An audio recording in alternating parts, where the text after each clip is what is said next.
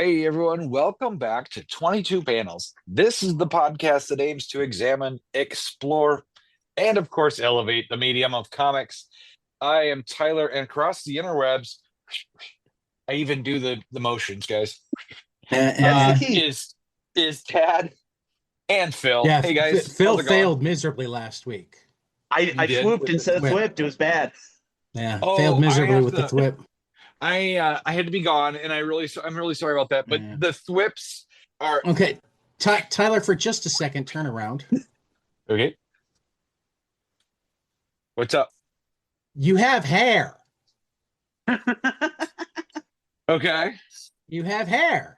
I'm not used to you having hair. Did you? Well, Oh, that's I see. I see what you're saying. I have not taken care of my shaving in a while. Your dome in a while. let Yeah. me say I just appreciate it. I've these days I've got a rule with white guys with shaved heads. You got to leave enough stubble so I know you're not a Nazi. No, yeah, Okay. that's fair. That's fair. That's fair. Okay. Okay. I hear you. No, my hairstyle is practical because, I'm Hmm. balding so much. But you're right, Tad. This has got to go. I've just been crazy busy this week. Yeah. I didn't know if it was the lighting or if it was actually there, so I had to have you actually like show off. No, I I got I some like it. some fuzz. Yeah, I got some fuzz on I there. it's a controversial take, but I like it.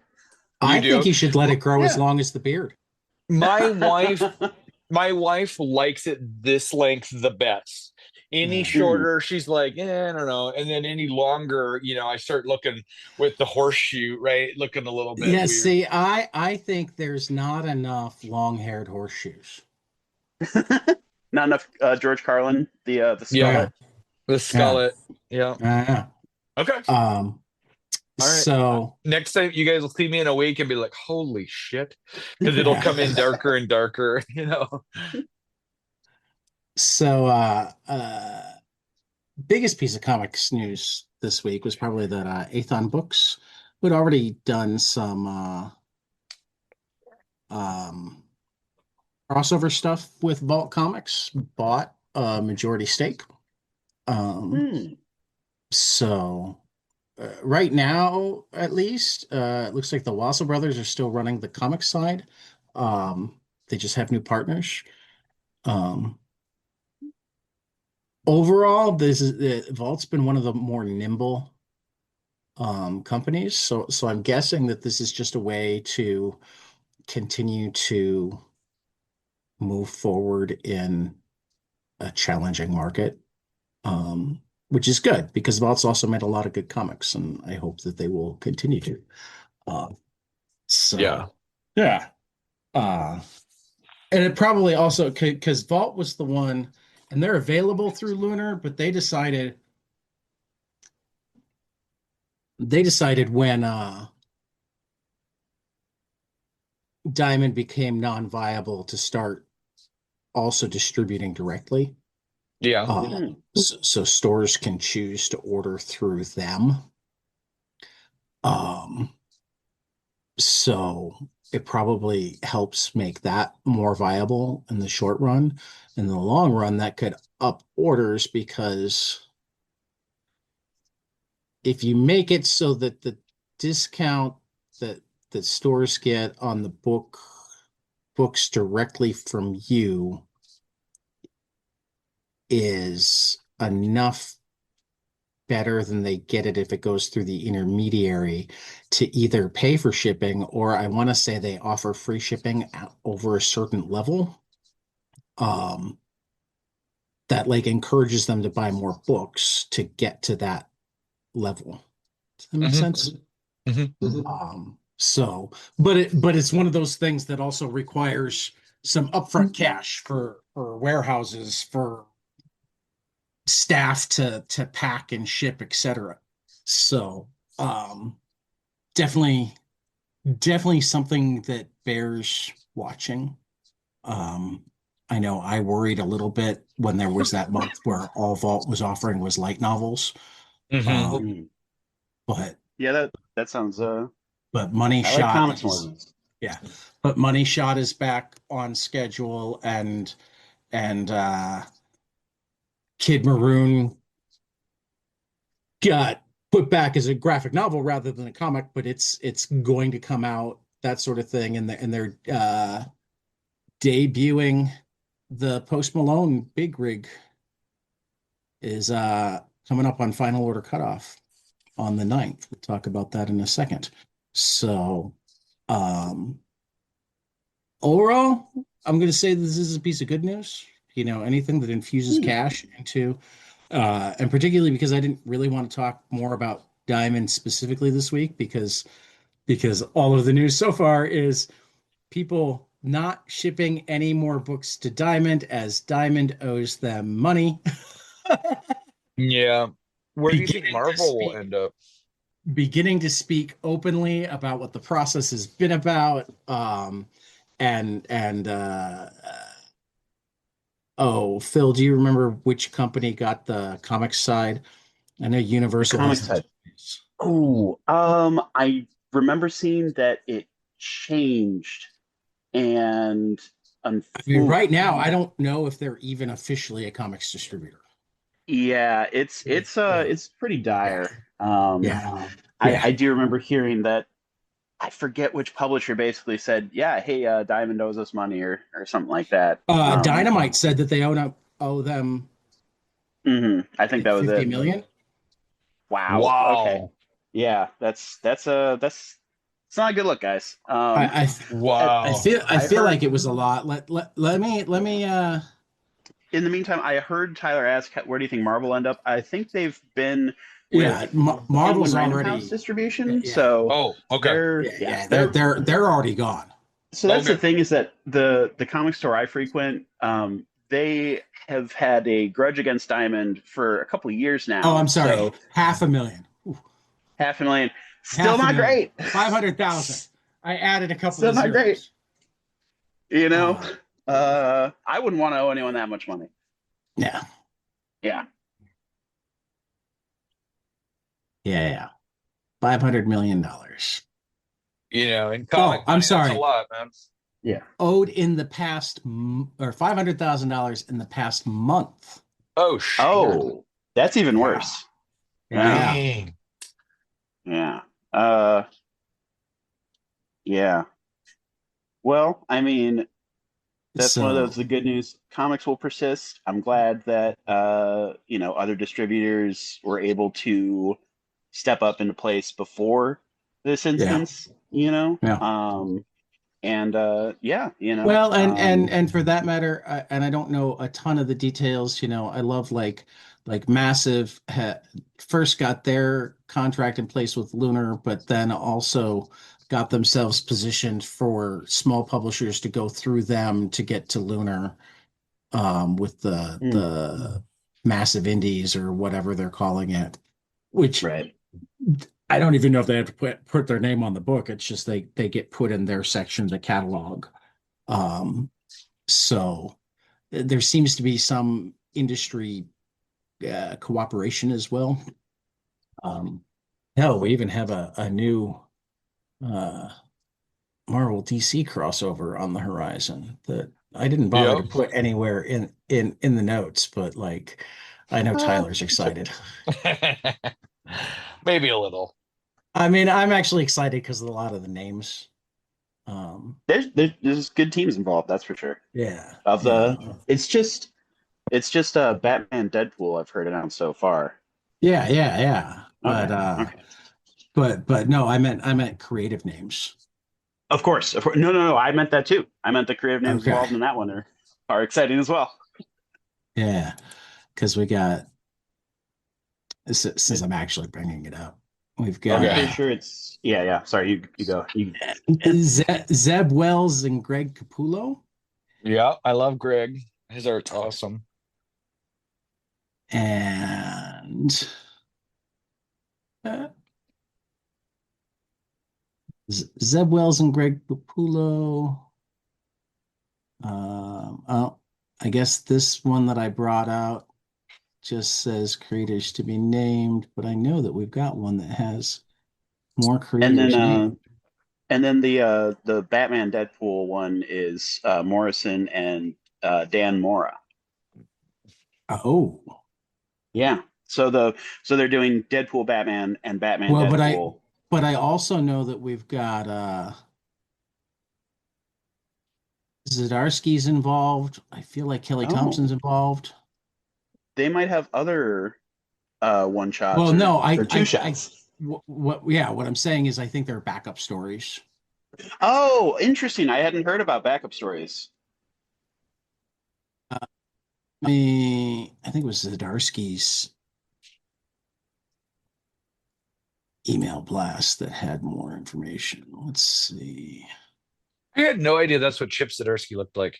I It's a shocker, all right. You know. was just like, Okay, I when you see their picture, so you're like, oh, that's so what they look like. Hmm. on the Marvel previews, Hmm.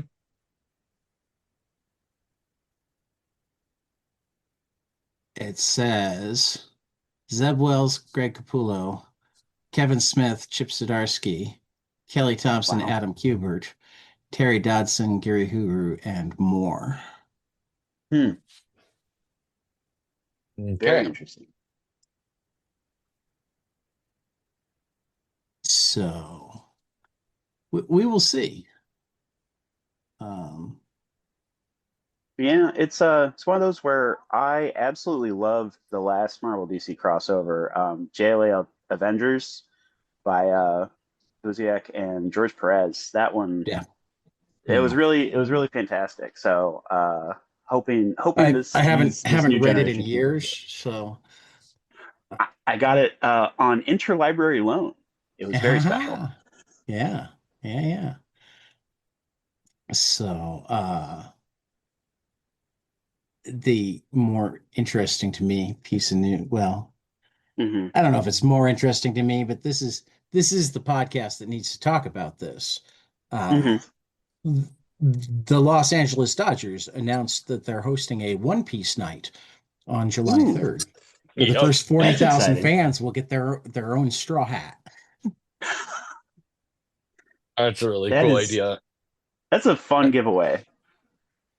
And they've got some other stuff going on too, but that was the big Is, part of it. is So, there is there something with One Piece that's happening that they would partner with that or I mean, there's the TV show, there's One Piece is just massive. I mean, like One Piece is so much bigger than even we treat it, and we treat it bigger than any of the non-manga podcasts. Hmm. So, yeah, I we mean, do. what One Piece is a worldwide phenomena, Tyler. We're still like way behind all the kids and smart people. Um, No, And I'm even no. further behind y'all. I look at it like we are waiting to see what the market says about One Piece. And it's been positive, so we jumped in. it's been Right. positive for how many years? Decades. I know, Almost decades. 30 now. That's wild. Something like And that. and here I thought reading Lazarus for over 10 years was impressive. Hmm. Hey, I already had a book series that I read for 20 years. Really? What was it? Wheel of Time was Mm, more than 20 years between when that I sounds started reading it. I mean, it was Um, more than that. I don't know the 'Cause number of when I years, but started reading it, like the third or fourth book was already out.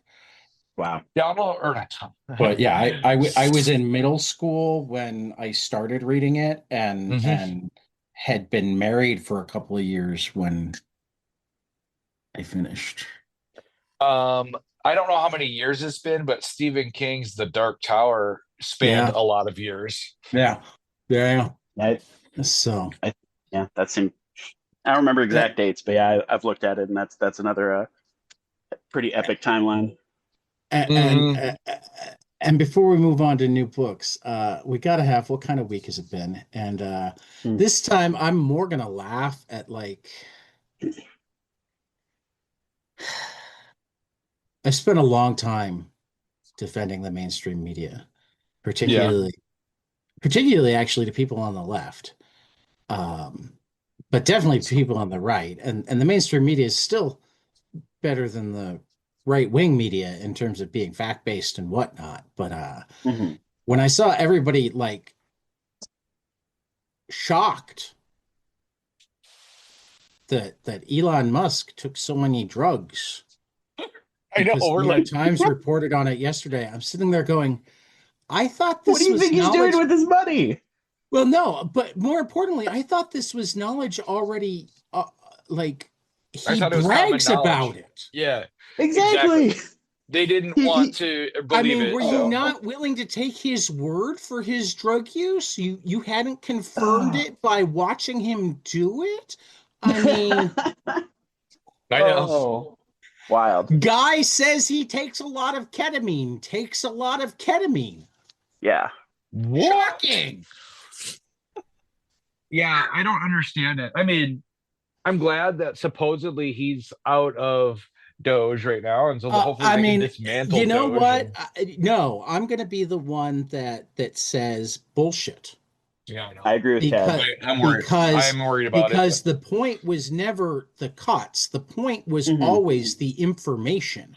He's Yep. out of the spotlight because he's got Hmm. access to the information now. Yep. It's one of those where, the post that I I'm think so anybody most who live takes about. this head fake hasn't been paying attention for the last decade. Exactly. Hmm. I'm He's actually a little upset at the number of people yeah.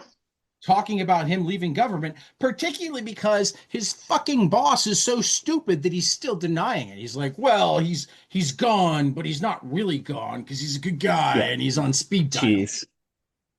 Yeah. Ugh. And then yeah, it's as I've seen and discussed, it's he is not being ejected, he is making a tactical retreat with the exact stuff he wanted to steal. Right, So yeah. right, right. Um, I And the mean, interference will continue. I so feel like long ago we crossed the fool me once, shame on you. Hmm. Fool me twice. What was it that George Bush said? You can't get fooled again. Is it? I think it was something about unknown unknowns. Right. Oh man, I miss Bush. Right? His I mean, and his how terrible! What the hell is this timeline that you can say that word, that sentence, and like it Oh, makes sense to me? yeah, man. I His It's not I ridiculous missed made the up Daily words. Show during the Bush era. It's I miss Bush. Yeah, right. Because he would just say something stupid, and then he would just go like he just said the world's greatest joke. I mean, seriously, he is objectively like somewhere between the second and fifth worst president. It's just Yeah. that like I was just thinking that. there's 1,000 miles of shit, and then there's Yep. Donald Yep. Yes. Yes. When yeah. And Bush, GW, he may have been, he will be second place in my mind for sure. But you're Well, right. I mean, it is such a gap. You got to give lots of credit to James Buchanan, And who, well, who real so quick before kindly armed the South just in time for the Civil War. Hmm. before that, I just want to point out, since we mentioned Bush, the failings of the mainstream media still date back to that era. Oh yeah, Yeah, with the New York Times being a sock puppet for the what I refer to as the Cheney administration, to invade Iraq. yeah. So I mean, I wouldn't go as far as calling them a sock puppet then. well, so the But specific one, I'll take the argument because yes, I feel like I may have also been later to that party than Mhm. I wish I had been. Yeah. Um, I specifically am thinking of the yellow cake uranium scandal where the White House yeah, leaked to the New York Times, hey, we think they have Yeah. this, and then went on Fox News and said, hey, the New York Times is reporting this, we got to act on it. right. They were feeding them intel that Yeah, they then used as justification. yeah, Yes. yeah, yeah, yeah. Anyway, there's Bolder and lots brighter of cool comics. new comics coming out. Yes, there are. I want to talk about the all new Spider Gwen. Yeah, I'm a big this I'm I a big almost fan didn't of Spider Gwen. So look what's on the back of because my it's phone. nice. Because Stephanie Yeah. Phillips has been writing Spider-Gwen for a while, but it's been good, and we haven't talked about it enough because I've been reading it more in trade Yeah. or whatnot. So I Okay. figure with the new number one, it was a good excuse to bring it up again. Is this her Yeah. second or third number one on Spider-Gwen? I think it's I- only her second. Okay. I know they've been relaunching her pretty frequently. This is a Um, brand new day for Spider-Gwen. Gwen Stacy isn't from this Earth, but she's here to stay. So it's time to make herself at home. A new costume, a new home life. Heck, she's even starting, I gotta shrink this, starting a new band. Unfortunately for Gwen, new threats are also heading her way, starting with one that just might be her own fault. Follow the Ghost Spider as she settles into Earth 616 to stay. And this is out from Stephanie Phillips and Paolo Villanelli from Marvel on August 20th. Here's what I don't understand. With the new Ultimate Universe, is it the same alternate universe as before, where Spider Gwen is from? Well, are you, Spider-Gwen was never from the Ultimate Universe. She wasn't? yeah. Oh, okay, okay. No, I no, think it no. was Earth 65. Yeah, I I might don't be wrong remember on that. which number, but she's essentially the only one that's from that Earth. Hmm. So Okay. from Ahoy Comics, we have Ancestral Recall, Black History for painter Melvin Waring. It's an actual superpower. When Melvin's wife mysteriously disappears, he must call on the most important black figures of all time to help him in his search. A gripping new saga from two Milestone Initiative members, writer Jordan Clark and artist Atigan Ilhan. Um, from Ahoy Comics on August 6th. And I like Jordan and That looks Attica. amazing. And yes, it does look amazing. So we might need to reach out to them. I think they were both part of our milestone roundtable. Mm-hmm. But Sounds familiar, but so many people were that it's hard to keep track. Mhm. This one's Cheetah and Cheshire robbed the Justice League number one. Will you scroll down there, tab for me? Okay. Superstore creators Greg Rucka and Nicola Scott team up for the heist of a lifetime. A daring heist aboard the most secure facility in the DCU.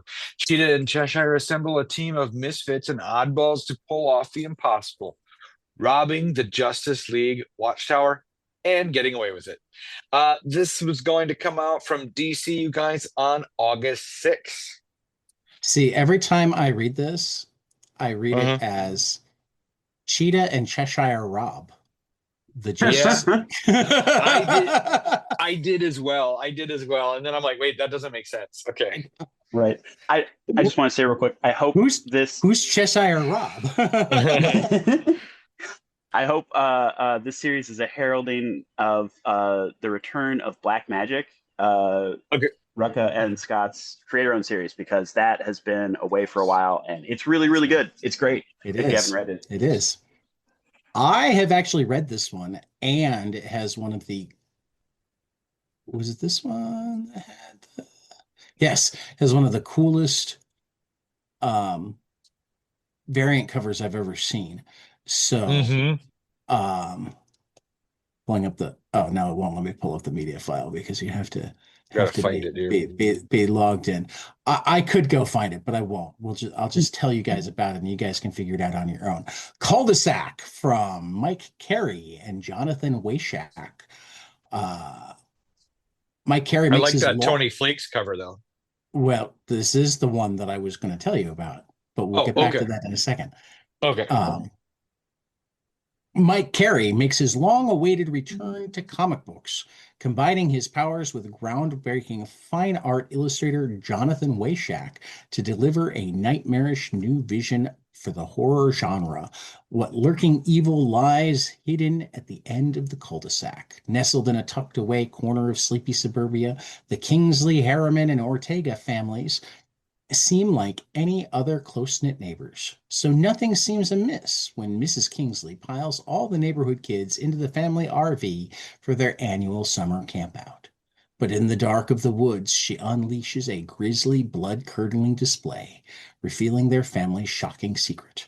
Their parents are vampires, and they're eager to pass on their legacy. Now their children must choose to join them and revel in their awesome dark powers, or live out their lives as mortals. But when they return home, they confront a gruesome scene. Their parents dead on the floor, brutally murdered by an elite squad of vampire hunters. And the hunters, they're looking to finish the job. Now the kids are on the run, chased by vampire hunters, the police, and even a shadowy cabal of their fellow vampires as they search for answers to unlock the secret that they really of what they really are before their fates are sealed forever.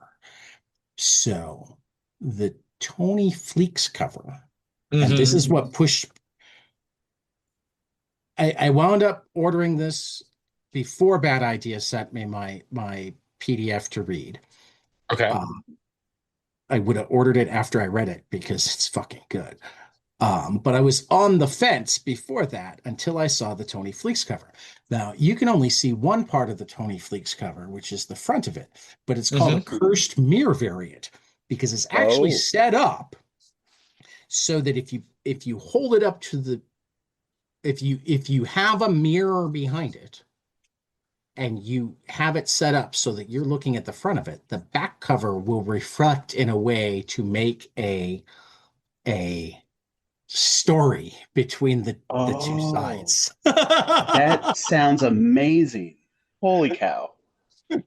Okay. Wow. I'm That's gonna have to astounding. try that. Let me. I think I can imagine what that story might be, but it's still fascinating. We'll see if one of the other people has no. They've just got the.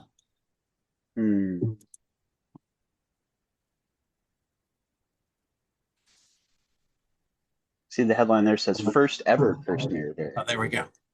Oh goodness, there it is. That is fascinating. Yeah. That's cool. Yeah. That's really cool.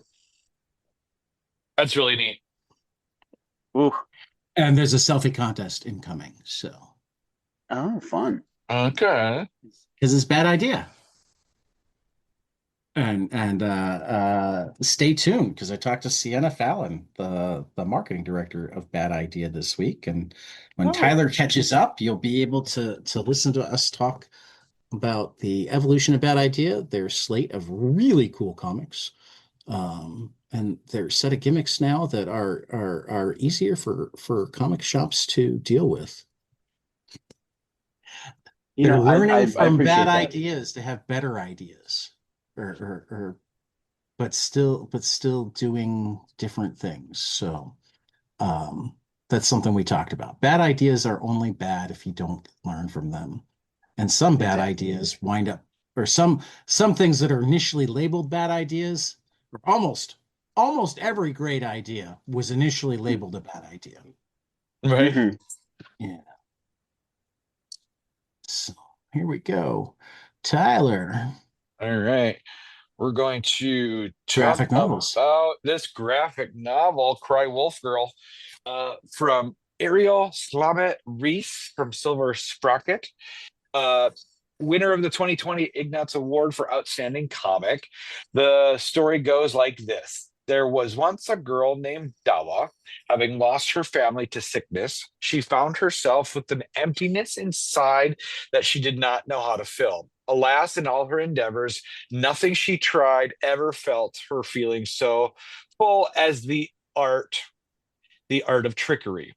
Originally published by Shortbox, this critically acclaimed reimagining of The Boy Who Cried Wolf is back in print with Silver Sprocket as a deluxe hardcover edition, including bonus material with an afterword from the author. Guys, this will be out August 27th.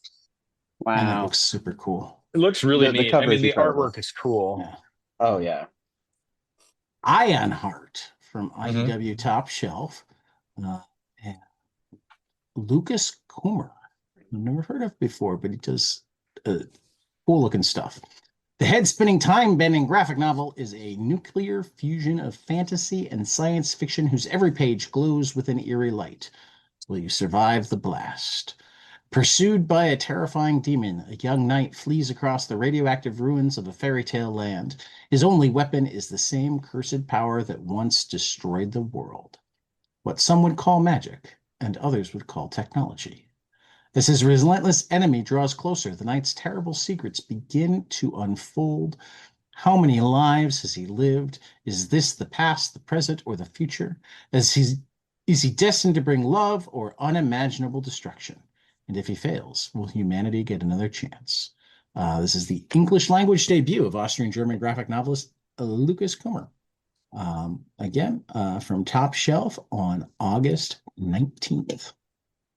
That sounds fantastic. I'm gonna have to go find that one. I'm a little jealous that you took this one, Tyler. You know why I took this one? It looks so good. It does, and here's the thing. I thought it was called Space Opera Xanax. And it's called Space Opera Xanadex. Yeah. So this one looks super cool now that I looked at it because I didn't know what it was about when I picked it. So from Tom Scioli. Across the unknown dimensions of the galaxy. You didn't read the full title. Subtitle. Yeah. The whole title, yep. Written, drawn, lettered, and colored by Tom. In the solo creator auteur tradition, enter the strange new universe of space opera Xanadex across the unknown dimensions of the galaxy. A supercharged, cybernetically enhanced, brooding loner known only as Xanadex is on a collision course with the kill-crazy cosmic enemy number one, an armada of ruthless space pirates, slimy crime bosses, deadly bounty hunters, an oppressive star-spanning empire, and an army of homicidal robots. Follow Xanadex on a mind-blowing epic journey as he crosses the galaxy to escape his mysterious troubled past. Don't miss the intergalactic space odyssey from the author of Fantastic Four, Grand Design, GoBots. Oh, I miss GoBots. And Godzilla's masterpiece, Monsterpiece Theater. Yeah, I read the Monsterpiece Theater. That was fantastic. He also did the Kirby and Lee biographies. This is August 20th, so. Sugar Shack from Lucy Knisley, part of the Peapod Farm series, out on August 5th from Random House. For one city kid turned country girl whose life has been changing nonstop, it seems like it's finally time to find her place in her new blended family while settling in for the crazy winter. Cozy up to the final volume of the heartfelt and acclaimed Peapod Farm series. Jen couldn't be more excited to spend time on Peapod Farms with her stepsisters, Andy and Reese. For months, Jen has been so focused on trying to figure out how she fits into her new blended family that she hasn't realized she's found her place. That is, until Reese calls her sister. So, yeah. I love me some Lucy Knisley. And she's been doing good stuff with her young adult children's type books. So it looks cool. Did she used to do like travel comics? And well, she did Age of License, French Milk. Yes. Okay. I have read some of her stuff. She did one on her marriage or on her wedding. She did one on her pregnancy. Yeah, she used to do much more autobio and her last set has been these kids ones. That's awesome. awesome. Really good. Couple of collections to know. What? Go ahead. Oh, I was gonna say the one time I went to Cake, she was drawing pet sketches with autographs in her books. It was really adorable. That doesn't surprise me at all. She will actually be at Challengers Comics and Conversation on August 23rd at noon. That could be problematic for me, as we will find out slightly later in the episode, because I know my wife wants to go to that.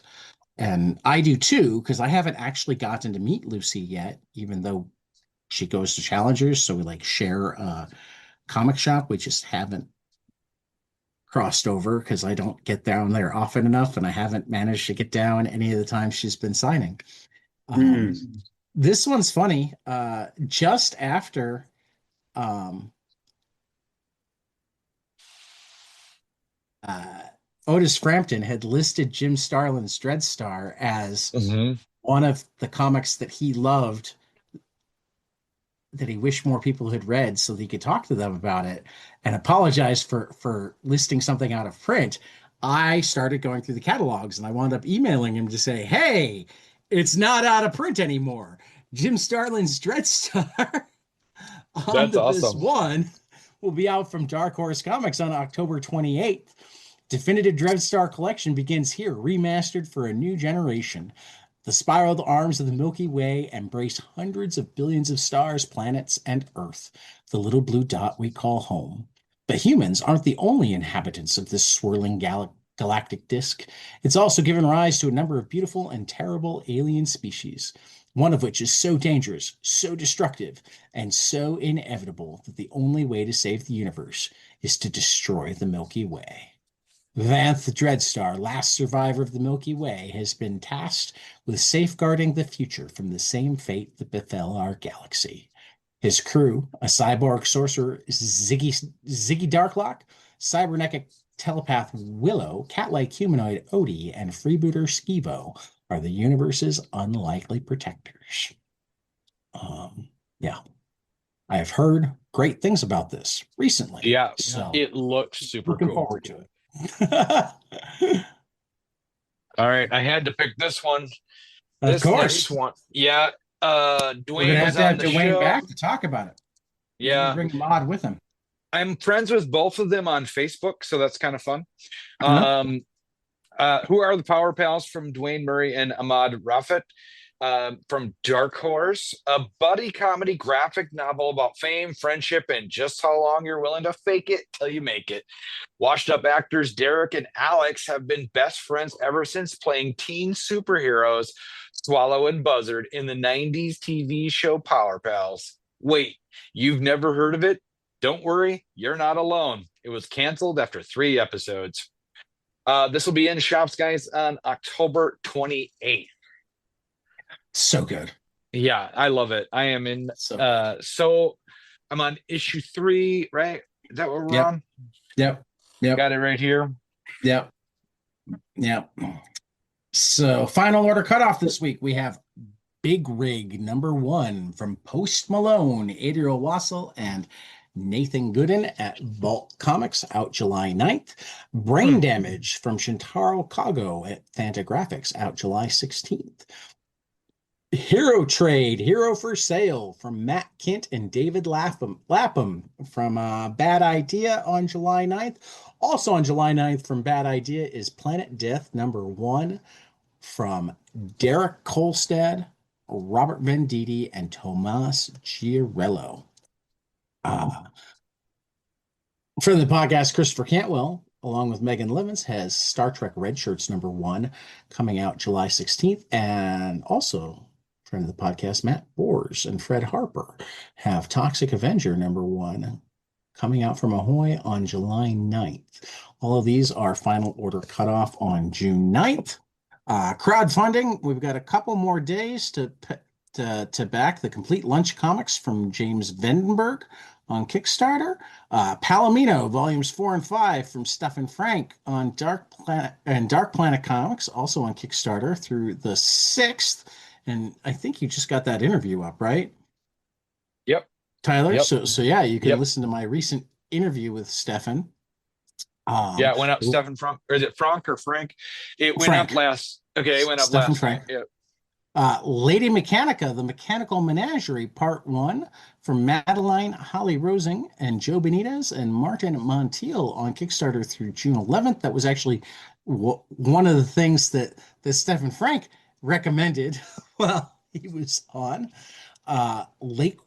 Yellowwood Slaughter, the comic adaptation of the horror movie that never was, from Alejandro Arbona and Gavin Guidry at Goats Flying Press on Kickstarter through June 13th. Another one that we already have an interview for you to listen to, the oddly compelling The Dennis Kitchen Story from Ted Intorcio, Soren Christensen at Tinto Press. This is a film documentary on my good friend Dennis Kitchen on Kickstarter until June 19th. Ultimate Oz Universe, The Lost Lands from Cullen Bunn, Larry King, and Mike Diodato Jr. from AWA on Kickstarter through June 24th. Aces and Arrows, an asexual and aromantic comic book anthology from Kat Calamia and Lifeline Comics on Kickstarter until June 26th. And the reason why I have a quandary on August 23rd, Okay. it went live late last night. I was actually backer number one. 2025, insert name, Comics and Zine Fest from Ryan Carey and Emily Mayer, August 23rd and 24th at the Squirrel House Arts, 3450 Snelling Avenue South in Minneapolis, Minnesota. They are fundraising on Kickstarter through July 14th. This is our favorite little zine fest that we've been. This is the 7th annual one, and I think we've been involved since the 3rd. You have, yes. I have not been there, but I will be. Well, we've talked to them, Yep. and we've helped fundraise for them. I will be looking into going this year, because yeah, I'm excited to be closer to the city. So right. So yeah, get Well, actually we're gonna find out where they're at. I would even say that's a great reason to have a conflict of interest. That sounds like a good old time. Yeah, no, it's a tough conflict of interest. Yeah. I'd rather go to the con than go to the store and get the signing. I mean, overall, but I've been wanting to meet Lucy for a long time. And Kelly, this is your class. This is your classic Justice League versus solo book. Decision here. It is. So right now there are 2 backers and $80 of their $850 goal. Okay. With 44 days to go. So anybody listening, kick a couple of bucks towards the 2025 insert name Comics and Zines Festival in Minneapolis, Minnesota, on August 23rd and 24th. So 2 days this year. And they will have David T., Sean Knickerbocker from the Rust Belt Review, and Trina Fernandez. They know already. They want you to know that the support helps them cover expenses such as location, table, and chair rental, and will help fund the cost of hosting our special guests. So, and it's a free nonprofit Comics and Zine Fest that I have enjoyed many, many years. In fact, I got to glance at the picture and just make certain that I'm not like hiding in it. That would be awesome if we just looked at the photo right there and there you are. Yeah, no, I'm not, but well, I didn't actually make it out last year. So if it was last year, because I wound up sick. I don't know if they would have still had masks on last year.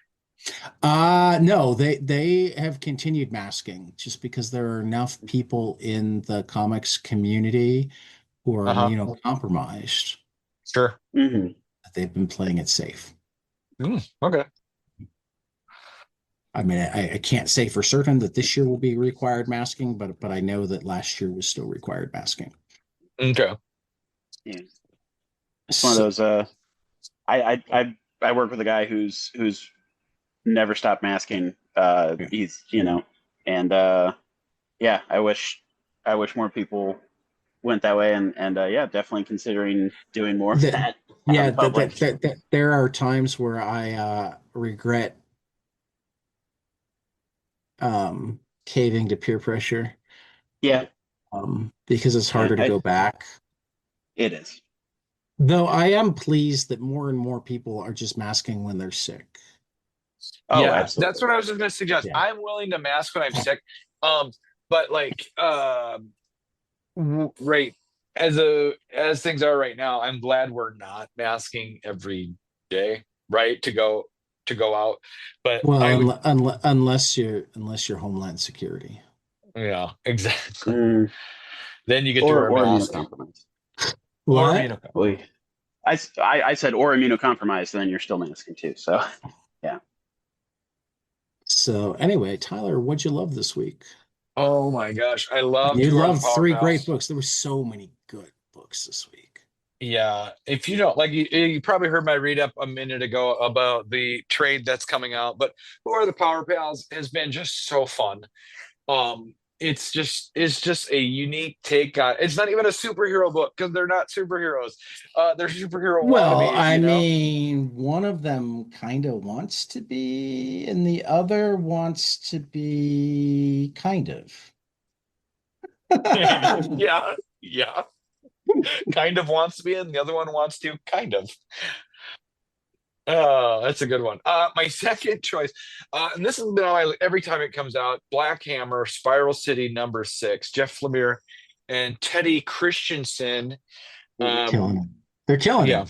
yeah, I really like it. I really like the way um it's focusing on I mean, this Spiral City is not focusing on all of the lore of Black Hammer, right? I mean, it's just zeroed in on one facet of the universe. And then this is funny because I did not do this on purpose, Ted. You brought it to my attention, but I've got Minor Arcana #7 on here as well from Jeff Lemire and Letitia Cordonici.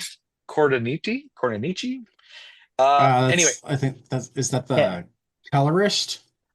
Oh, is it? Because Lemire's doing his own drawing. True. I don't know if I just grabbed the wrong name. You're right. Jeff Lemire is doing the drawing. Okay. But my point is, I didn't really realize that there were two Jeff Lemire books, even when I wrote it on here. So, Ted, this morning before we were recording, when you said, "Why didn't you put them as one thing?" I just kind of I had to think for a second, like, what are you talking about? And then it dawned on me that I picked two Jeff Lemire. I didn't even realize that. So, See, you don't have my problem where you're constantly trying to figure out how to squeeze in an extra book.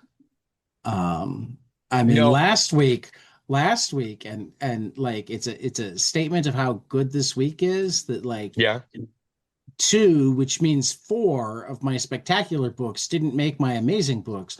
All three of my spectacular books were actually two books tied together. The okay, Dennis Camp books, the Chris Condon books, and the Jeff Lemire books. um, I almost had a top 10 that included the Dennis Camp books, the Chris Condon books, the Jeff Lemire top 9 to the Jeff Lemire books as pairs, and would have required pairing Tyler Boss and Matt Rosenberg together, even though their books aren't technically together right now. right. Mhm. But Which Man, oh, we're I see the taking everyone continuation down list there. with Wow. us, and you'll do bad things. Tyler wound up making the 3 spot all on his own, Nice. which is one of the reasons that I actually decided not to do that, because You'll Do Bad Things was so good this month that I yeah. wanted to make certain that I actually um, gave Tyler a shout out on his own. We need to have that Tyler episode that we talked about, right? Tyler Yeah, Jenkins, we wasn't do. it? Jenkins, Boss, myself. We need to have Jenkins, period. We haven't had Jenkins at all. Uh, Yeah, so yeah, you're right. Yeah. I mean, if we want to get to the point where we can have a Tyler episode, we need to meet Jenkins. Hmm. But anyway, Dennis Camp with Eric Zawadsky on assorted crisis events and Javier Rodriguez on Absolute Martian Manhunter, is just setting the world on fire. In a sort of, well, actually, no, in both of them, quite literally, Yeah. actually. I was about to say that was quite the choice of words. Yeah, yeah, yeah. In both of them, quite literally. Yeah, I don't even know what to say. If you're not reading these two books, you need to read these two books, or at the very least, like go pre-order the trades now. Yeah. I would give the if you're going to read one in single issues, I personally would advocate for Assorted assorted crisis crisis event, events. because the money 100%. goes straight, money goes Yes. straight to Dennis and Eric. Yep. Um, the future is number one for Fred Van Lente and Ennio Buffy at Recca. This is our White Hat Hacker book. We talked about White Hat Hackers being published by a hacking company. Um, yeah, this book is so I need to cool. This I need to project look is into so that. cool. You mentioned that Um, before to me, and it sounds incredible. Sorry. yeah, yeah. I'm excited Phil, for it. Phil, are you an amateur hacker at all? Hacker, no. I recently learned programming skills of over the past couple of years. So it is something that has definitely interested me, and Because I have the potential to take that. Yeah. this book has built-in capture the flag things and a Right. leaderboard that can be used on your resume. That's Oh, awesome. That's well, great. there's some incentive. There you go. Yeah. Get out there and get that And link. I forget what the first triple size issue is priced at. I know it's more, but every issue afterwards is 404. I remembered that. Is it 1073 or Maybe. maybe? It was one of those that Yeah. when you listed, I'm like, oh, that's a familiar number now. Yeah, yeah. Yeah, yeah. Yeah. And one of these days we'll have our hacker on from Black Hills Security. Um, she had to reschedule on me, and we haven't managed to lock it down. But one of these Mm. days we will have our actual white hat hacker on the show to talk all things information security and geek and whatnot. So yeah, no, I can't recommend. I mean, I just love the big swing. They're coming out planning 60 issues. I Yeah, I just love that. Whoa. I can't remember the last time a new series came out swinging like that. We're going 60. Yeah, I Um, feel like not even Marvel and DC can do that these days. Right? Yeah. I think I Gauntlet think Throne. I think Saga was at like 18 at least before like it became clear that this is a Mhm. long-term Yes. ongoing series, not, you know. Oh yeah. I think he even called his shot at 108, if I'm not mistaken. 108 is what he called the shot, but I don't think he Right. said that until they took their hiatus at 54.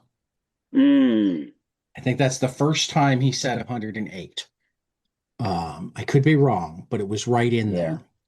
I'd So have I'd yeah, have to go no, back and check the letter columns for sure. right. So yeah, the future is number one. Amazing, amazing book. And as I mentioned earlier, Tyler Boss and Adriano Turtolici, You'll Do Bad Things, number three, was also just outstanding. There were four great issue threes this week. With You'll Do Bad Things, Bitter Root, Who Are the Power Pals, and We're Taking Everyone Down with Us. So like, And yeah. assorted crisis events.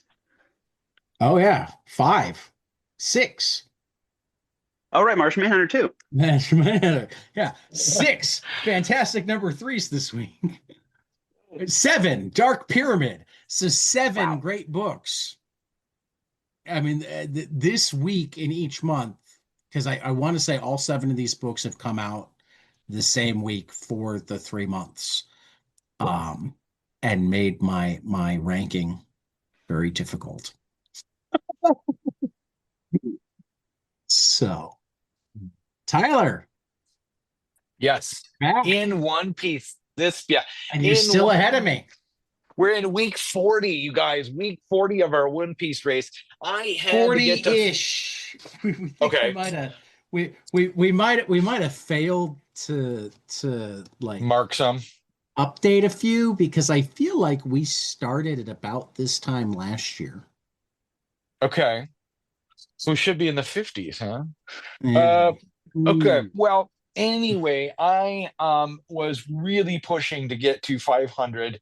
I wanted And it. you got there. I stopped on it on purpose. I'm like, I have 500. It'll be fun to just talk about getting to 500. And I was really It has pushing to been get such. 500 and stopped at 491 because I found all sorts of other things that I wanted to read and Doesn't that fell suck? You, fell down a rehearsal rabbit hole. I binged all of both seasons of it. Oh, I love I that mean, show. Yeah.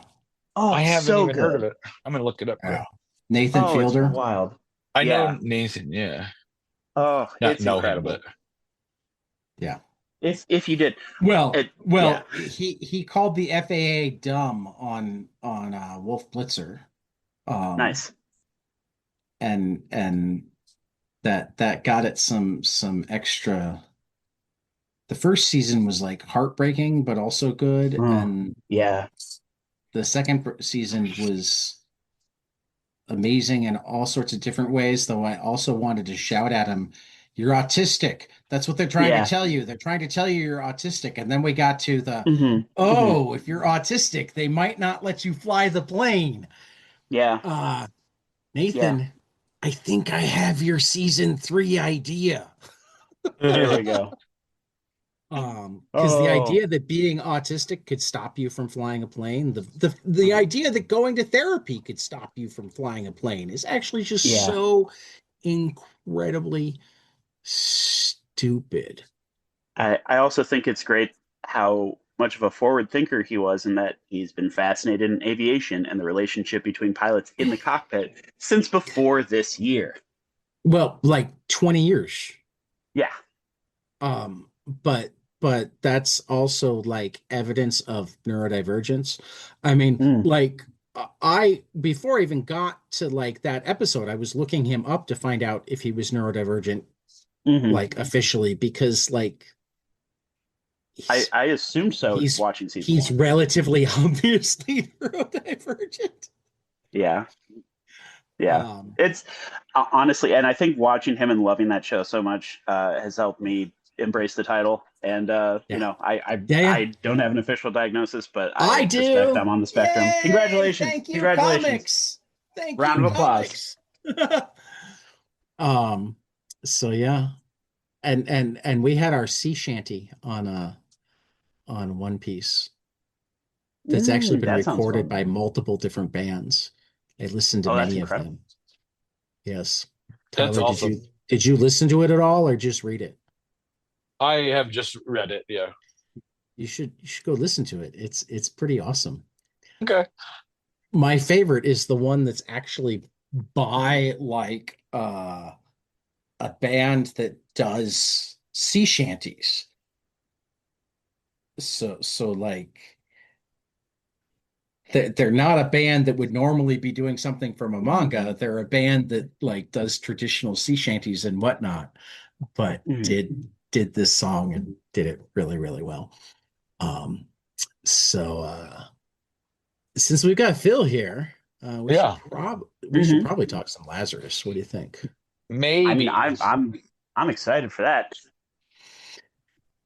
Oh, This was it's another holy I shit episode or issue. yeah, yeah, yeah. I'll let you guys I just want to start. point You out. can decide. I mean, because I know the one that uh I know where I could start.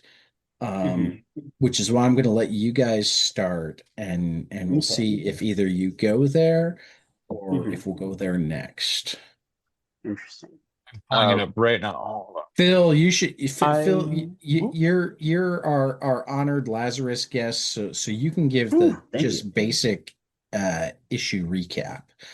Basic issue recap. Okay, we'll work out the first thing. Starting on the inside cover. This is the first issue edited by David Brothers. At least credited edited. I'm paying a lot of attention to that inside cover Are page. Just are you taking copious notes? Is that what you're saying?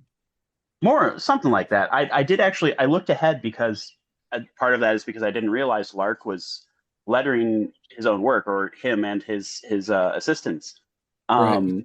it early on. And so, the other night I went to check all of the inside covers in a row, say, oh, I wonder when they eventually had a letterer specifically on the book. And it's I think around issue 10 or 12, give or take. But the other thing I noticed is that eventually, when Brian Level is no longer one of Lark's assistants, Tyler Boss Mhm. Oh, assists wow. him. Yeah, yeah, former assistant to Michael Lark. Well, I don't know if he's still assisting him or not, so I shouldn't say former, but yeah, Right. as at least as of the most recent issue, he was still helping. So that's another interesting distinction, is the difference between with and inked by. So Right. just things to keep in mind. Right. But the general issue, this was our first fight issue, I would say, in that while there was a fight in issue one, this one is I think what you can yeah. it's the first fight issue in that like the issue is almost Mhm. entirely a fight. Oh yeah, and it's incredible. It's this is another one. I think Rucka mentions it in the letters column later on, but I think he used to be a like stunt fight coordinator. So his action sequences are especially well choreographed. Yeah, they look And great. Yeah. yeah, yeah, it's astounding. You get to see explosions, you get to see half torn cyborg face. It's violence. Jonah goes on the run. Uh, so much of this. I love all of the scientific jargon of monitoring Forever's biometrics while she's fighting. That's incredible. Um, Sword play. I love when one of my favorite things is when people with swords are able to beat people with guns. It tickles me in a very particular way. Tyler, since Well, you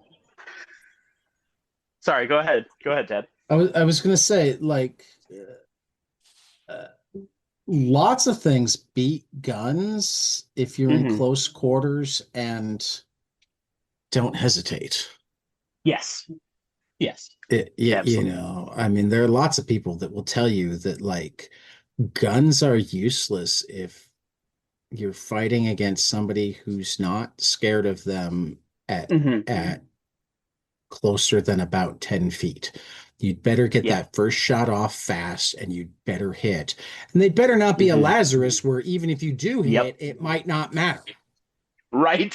Absolutely. Yeah. Absolutely. Uh, no. Okay. So what I think is great about this is you don't even really need the dialogue through the action sequences. Um, Hmm. I mean, this is not a brag, but I've been in martial arts Ooh. forever. You know what I mean? And so this is fun to see. To see, I haven't done any training with weapons before, but this is Hmm. still fun to just see. The choreography of it all is there. You Oh know what I yeah. mean? And so that's Oh yeah. super fun. Yeah, her work with a sword is just awesome. And you're right. Like in close proximity, these guys don't stand a chance. Um, that's why Hmm. when I would always spar people, I have short legs. I'd have to be super close, like almost chest to chest to Mm. get any points in, because like everybody that I've sparred against like has really long legs, How tall are like you? 5'9", 5'10". Okay, interesting. He's Five about my Um, ten. height, but like me, he has short legs. We're all mm, torso. Yes, see. I agree. I have a long torso. So Yeah. like my wife is 5'10" and she is all legs. Like her hip Hmm. is a good like 3 inches higher than mine. It's weird. Hmm. Yeah, no, my mom is like 4 or 5 inches shorter than me, and her hip is like 3 or 4 inches higher than mine. It's weird, isn't Wow. it? Yeah. Yeah. Huh. So I've Yeah, got short legs. she used to give me a hard time when I wasn't keeping up in walks, and finally I like stopped her and I'm like, okay, we're gonna start right here. You take a step. I'm gonna take a step. You take a step. Right. I'll take a step. We've taken an equal number of steps, and you're now 5 feet in front of me. Right. Right. Yeah. That is definitely something I have to consider keeping pace I, with people. I love the coloring of this issue, right? From all Oh, the reds of the alarm going off to mhm, the purple of the choreographed like the fight scenes, right? The purple mhm. Yeah, skyline they're back there. yeah. Oh, the just after sunset Yeah, tones. yeah, Yeah. yep. And I mean, then and, go ahead. Rucka also does an incredible job of weaving narratives and dialogue together. Um, Hmm. Kieran Gillen has talked about how difficult it can be in comics to have two different tracks of information running simultaneously.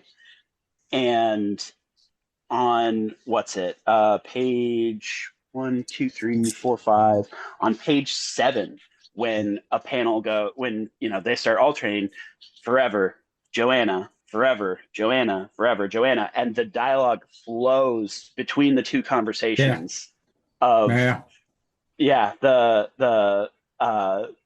dot dot dots feel like they lead into each other. It's I love it so much, and I again, like you said, of it's great how the action just is allowed to speak for itself, largely without dialogue, or if Yeah, there is dialogue, it's from people who are watching it via telemetry. yes, they're Yeah, like, no, And oh, dang. the dialogue is I mean, Forever says very, very little until the fight yeah, is over.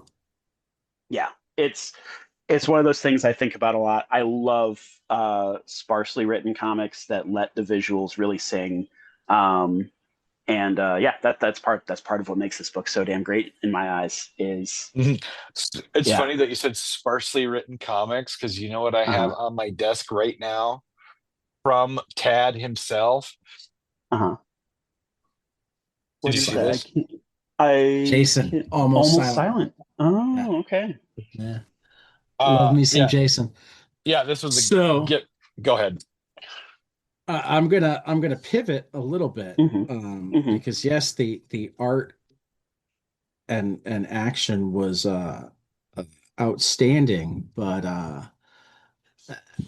I feel like given why we're doing this now, we Hmm. need to look a bit at the timeline.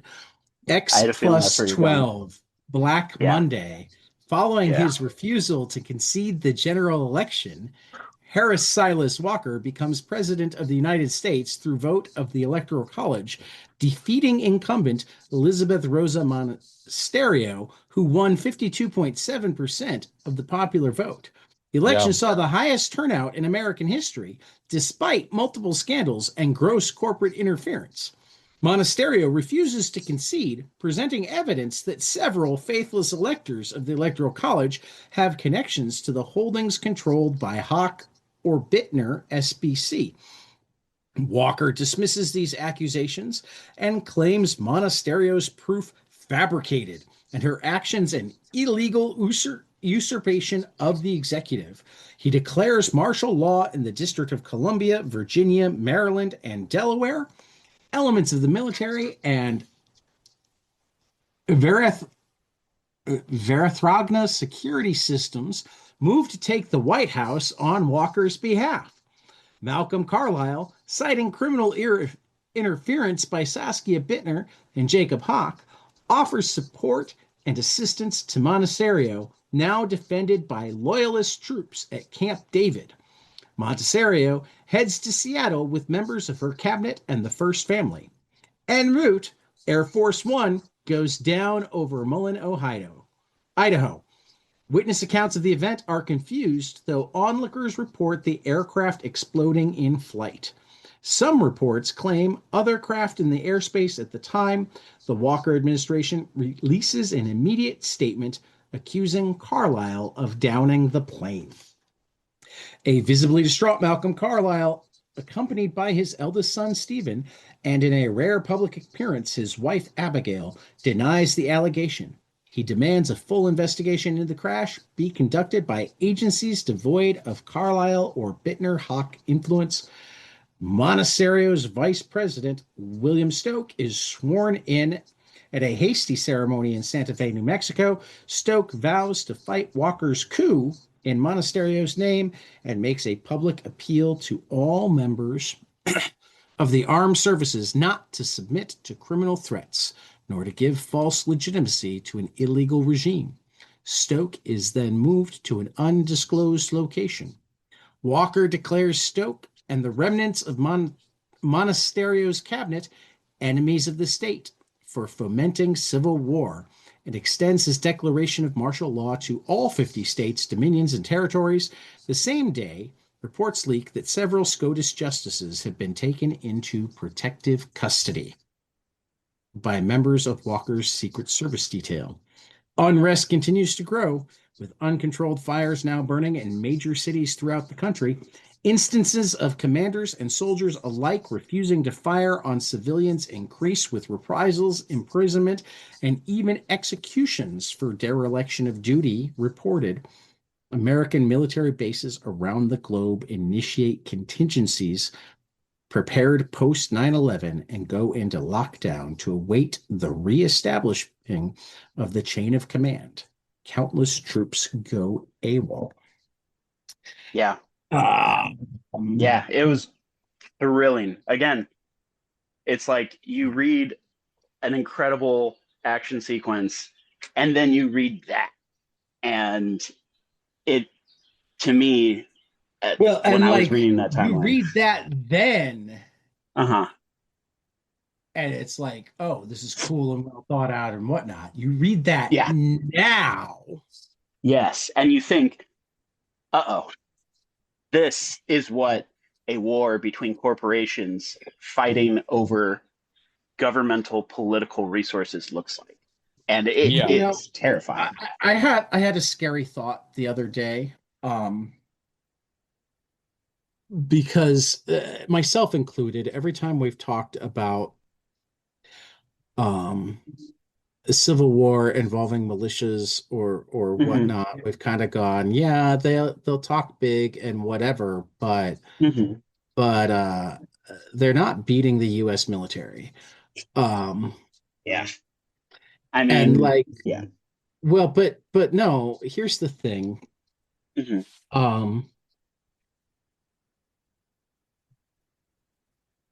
Well, I don't mean to interrupt your big thing, but I would just say that I think that militias won't have to beat the U.S. military. They will just have to survive it in the I mean, ways that we hear of. Yeah. that's Oh, part of it, and I also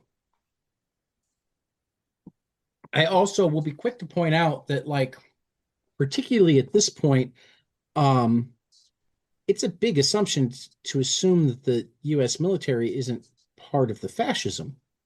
yeah. Yeah. But Well, beyond that, um, when was the last time the U.S. military did well on their ground game? um, hmm.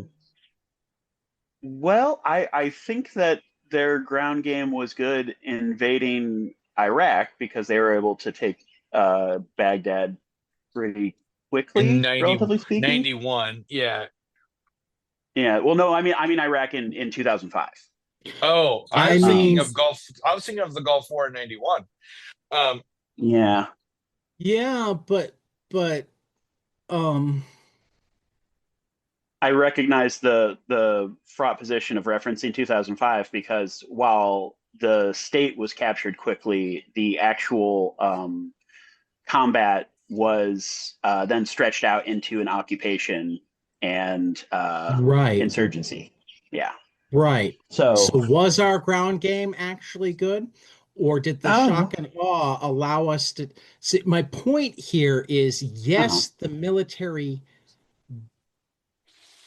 beats the militias Hmm. only through massive amounts of collateral damage. Yes, absolutely. Hey, And that was also guys, true in 2005. I have to go to work in half an hour. Okay. Okay. So we should probably keep going. We Hmm. will, Hmm. Okay. but I mean, I feel like this is relevant. Okay. And we'll get Absolutely. there. I don't, we're not going to spend a ton of time on it, Hmm. but like, assuming the military is defending the Constitution rather than uh, doing the bidding of their commander in chief, and like Yeah. there is um room for debate over whether obeying their commander in chief is always constitutional. Um, Yeah. so assuming we wind up breaking out into anything resembling a civil war, not Hmm. only is the left outgunned just on a we don't like Hmm. guns and the right does standpoint. Yeah. If I mean, I thought of this because I was looking at Gaza Hmm. and like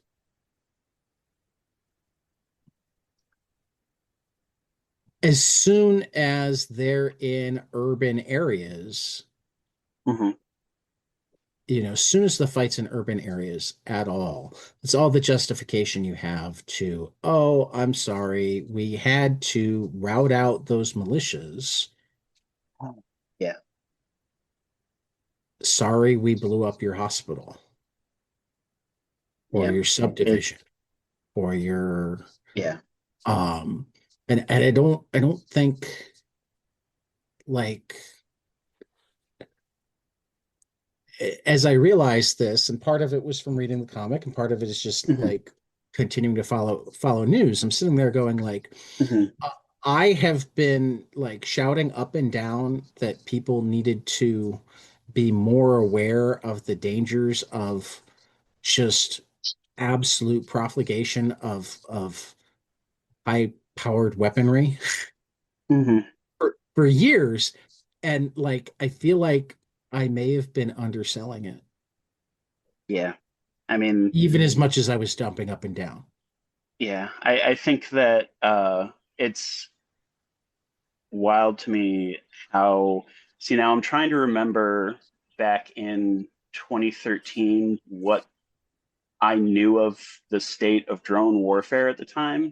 because I absolutely think that, you know, as the lesson that the military and or politicians took from 2005 deployment of troops in Iraq. Sorry, there's a plane passing overhead. I live near an That's airport. cool. Hopefully none of that picks up on the audio too bad, but And not a A lot. little Don't bit. worry about it. Yeah, just a little. but it seems that, you know, compared to the acceptable collateral damage of deploying ground troops, 20 years ago, the decision was made instead to, well, if we increase the collateral damage but decrease the ground troops, that's okay. And Right. that's a different kind of horrifying to consider. Yeah. Well, Um, particularly if it winds up happening on your US. I mean, don't get me wrong. mhm. It's incredibly horrifying when it's happening Yeah, not in our neighborhoods, but right, like right. It's well, in this one, it's wild to me. So here's the thing that I find fascinating about the situation depicted in that timeline in this book is that, like you said, as the fascism escalates, that was an instance of two competing fascist forces against each other. And Was it? that, I didn't I even do think so. realize that. I mean, Well, it's been long enough since I read through all of the details, so I uh-huh. don't remember if like the outgoing administration was that much better. But certainly by the Yeah. time, I mean, definitely by the Well, time they went to take solace from Carlisle, it's two mhm. fascist forces working That's against each that's other. what I mean. That's Right, what I mean. Is right, that I'm calling both Carlisle and Hawk fascist. right, right. Yeah, yeah. And that is, at least as of now, not something I'm aware of occurring in our country at this moment. No, no. So we have that to Yeah, thank and or yeah, anticipate. that's something nice, hopefully. Um, Yes. thanks Um, for scaring me even more, Phil. you know, yeah. Well, the Uh, Democrats make their deal with the lesser Jeez. of two private armies. Oh God. Yeah. It's terrifying to think about. It's Yeah. also terrifying to consider, Well, and this is where we go back to, and the New York Times just figured out that Elon Musk is high. oh God. And this is one of the things that on this reread of Lazarus I am noticing a lot more is how much misinformation plays a role in getting to this state of the world. Oh yeah. And I mean, when I was going over the timelines from previous issues, the waste management techniques, or they said Mhm. stories of re-education camps in Right. China and Russia, and I think maybe Hawk are make the news. And I thought to myself, and the Carlisle re-education camps are not making the news, and Right. that is again, it's just Right. oh, it's Right. wild. So Um, here's a quick question to Tyler.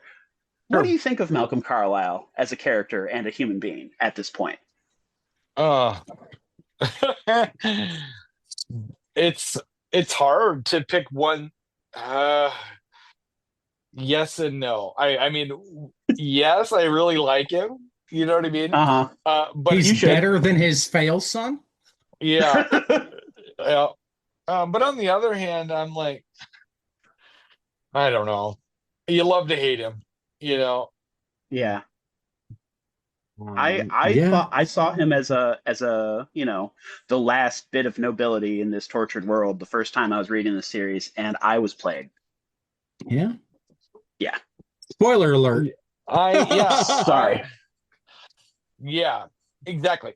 So yes, exactly. Like you want leading up to this, you're led to feel like this is a good guy. You know what I mean? Mm-hmm. Mm-hmm. Um, It's and they such a pull well the rug crafted narrative. right, and when Well, they but pull the but rug I mean out, that's actually one of the issues at hand is like, Mm-hmm. sure, you've got the people who are happily bad guys, Mm-hmm. but you also have a lot of people around them who think they're good guys. Yep. They've yes, justified it in some way. They've justified things in some way, shape, or form in their head that they're saving something. yeah, Yep. we Yep. have that It. right. Oh God, sorry guys, we have that right now. Yeah, Most that's what I Mm-hmm. mean. most Mm-hmm. Mm-hmm. most MAGA Republicans do not see themselves as horrible people. I mean, it's one of the reasons that they have so much trouble actually getting bills passed because so many of them actually believe the stuff coming out of their mouths, and Mm-hmm. therefore, when it's like, oh, uh, we don't care about balancing the budget, they're like, yes, I do. Right. Yeah. As well as, so unfortunately yesterday while driving, I saw a semi truck that had a Trump 2024 uh, written on the back of it, and they just put an 8 over the 4, and it turned my That's stomach. Yeah, little tacky, little yeah. Yeah. tacky. It's I mean, well, but no, what's this worse is yeah. is he's selling the actual merch. Hmm. Yep. Yep. Yep. Yep. The unfortunately the as above so below of his administration is his merch. Right. It's disgusting. Well, and beyond that, like, why is he fundraising? I mean, don't get me wrong, he's also getting Mhm. money that's just for him, and Yeah. maybe he plans on taking the fundraising and moving it to him, but like Hmm. he's doing way more fundraising than any second term president has ever Yeah. done. Uh, I've heard the argument made that he needs to be a candidate in order to evade legal prosecution. I Um, mean, that was true this last time around, but with the Supreme mhm, Court giving him immunity, mhm. eh, I don't and think he it'll can happen. test out his pardon power. Hmm. He can pardon himself before he leaves. I mean, I guess he still has to worry about the Georgia case and the New York case. I mean, yeah, I don't know. I don't know. Yeah, yeah. It's where it's a lot of stuff has been damaged horrifically, and I you mean, know, the only possible upside at this point to all of this massive damage hmm is that um hopefully it will solidify the idea that we need some systemic changes, not hmm just, oh, hey, we got a yeah, Democrat in power, so everything's good again. right, yeah. That's yeah. I mean, That was the seriously. unfortunate outlook last election. Well, I mean, here's the thing. Biden was the most successful president since Roosevelt, and it doesn't matter. No, Yeah. they don't. Between Yeah. continuing to arm Israel and hmm losing the election, hmm not only has he completely pissed away his legacy, to a certain hmm extent, he is completely pissed away um his gains. I mean, they're not hmm officially gone yet, but they might as well be. Yeah. Yeah. You know? It's sad. It's sad that a sentence like the most successful president since Roosevelt was too little, too late. Well, not only too little, too late, but because he prioritized normal things Hmm. rather than Yeah. Extra normal the things. actual crisis, Yeah. it didn't matter. hmm When you treat the symptoms, not the root cause, that's what happens. Right, right. Yeah. So I'm just going to throw it out there because it was cool. I didn't have time to read more about it. Greg Rucka was talking about how his Yep. his science tidbit was that and this is again way back in 2013, hmm which is where we kind of go into treatment is more profitable than the cure. hmm um they molecular biotechnology in Vienna have grown a 3D self-organizing model of a developing human brain in a lab using iPS and stem hmm cells, something they're calling a cerebral organoid. Not a brain per se, but rather a proto-brain, similar to what gestates in vitro. Hmm. Um, hmm this is the sort of thing that we lose when we don't have public science. And to a certain extent, we haven't had public science in the United States for a long time, but now we're like hmm defunding it entirely. Um, Yeah. and I think it's one of the underlying themes of this book is like hmm we can or are on the verge of being able to do a lot of things, but right now we're on the verge of doing them only for people who are uber rich rather than learning how to do them and then doing them for everybody that they'd be helpful for. Yeah. So, yeah. Yeah. So many lessons to learn in these books. But Tyler's got to run, so let's talk some stuff coming out next week. Yeah. Next week is a really good week for collections, particularly for Mad Cave. Anybody who missed Long Cold Winter, Murder Kingdom, or String, they all come out next week. Nancy Wears Hats from Fantagraphics, and one of my favorite graphic novels of comic series of last year, Sir from Fell Hound, all come out next week, as does Game Masters, the comic book history of role playing, the original graphic novel from Fred Van Lente that I have my Kickstarter copy right here. Woo-hoo. Haven't managed to read it yet. It's high on my list. But my books that I hope will be spectacular are Buried Long, Long Ago, #2 from Anthony Cleveland and Alex Cormack at Mad Cave. Patchwork Girl of Oz #5 from Otis Frampton at Image, and Star Trek #32, the final issue of their run from Colin Kelly, Jackson Lansing, and David Tinto at IDW. This is the penultimate issue of the Lore War, with Star Trek Omega, the only book remaining.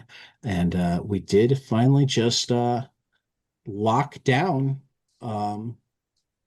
Colin Jackson, Chris Cantwell, Heather Antos, and hopefully Heather will rope some of the other people involved for a God, it's been, I think, 3 years now, 3 year Star Trek Odyssey, with Nice. Star Trek Defiant and couple of crossover events.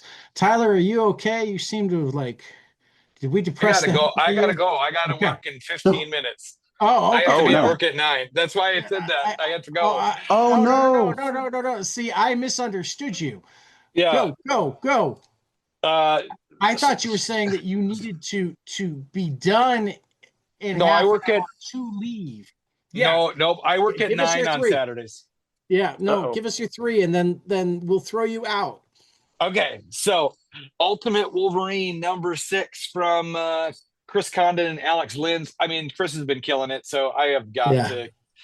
Heatseeker Exposed #1 looks very titillating, so I was very excited about that. Have you read any of the other Gun Honey or Heatseeker books? I know what it is, but I have not. No, They're good. is it? Yeah. That's from Charles Arday and Ace Continuado. Continuado from from Hard Case Crime. And then Patchwork Girl of Oz #5 from Otis Frampton from Image. Yeah, I am so sorry, Tyler. I thought you were saying you had half an hour left before we had to be done, not half an hour left before you had to be there. Well, My the good fault. news is I live a block from the library. Okay. So I literally will get off here. I will change my clothes and walk out the door. I mean, why do you need to change your clothes? You look like you're ready to go. I literally slept in this. So okay. Okay. All right. I'll see you guys. You got to take us out. Oh, we're ending. Oh, okay. So guys, thanks for listening. This was a crazy ending. Thanks for listening, and we'll catch you guys after the next page. Later. Hey guys, this is Tyler from 22 Panels. I'm here to tell you all about our Patreon. If you enjoy this show, please consider donating to our Patreon to keep this show going. We have many different tiers, all different levels to help you decide what's right for you. Okay, so get on out there to patreon.com/22panelspodcast.